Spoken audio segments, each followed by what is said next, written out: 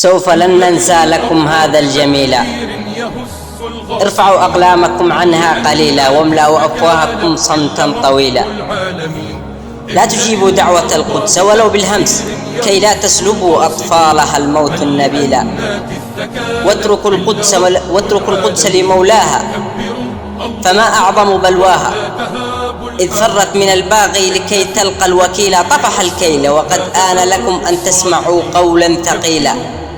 نحن لا نجهل من أنتم قسمناكم جميعا وعصرناكم وجففنا الغسيل. إننا لسنا نرى مغتصب القدس يهوديا دخيلا. فهو لم يقطع لنا شبر من الأوطان لو لم تقطعوا من دونه عنا السبيل. أنتم الأعداء أنتم الأعداء يا من قد نزعتم صفة الإنسان من أعماقنا جيلا فجيلا واغتصبتم أرضنا منا وكنتم نصف قرنا لبلاد العرب محتلا أصيلا.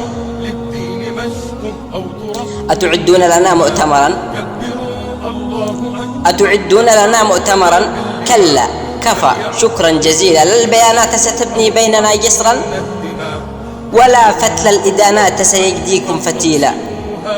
نحن نرجو كل من فيه بقايا خجلا أن يستقيل. نحن لا نسألكم إلا الرحيل وعلى رقم القباحات التي خلفتموها سوف لن ننسى لكم هذا الجميل. ارحلوا أم تحسبون الله لم يخلق لكم لم يخلق لنا عنكم بديلا. أي إعجاز لديكم؟ هل من الصعب على أي امرئ أن يلبس العار وأن يصبح للغرب عميلا؟ أي إعجاز لديكم؟ هل من الصعب على القرد إذا ما ملك المدفع أن يقتل فيلا؟ ما افتخار اللص بالسلب وما ميزة من يلبد بالدرب ليغتال القتيل. احملوا أسلحة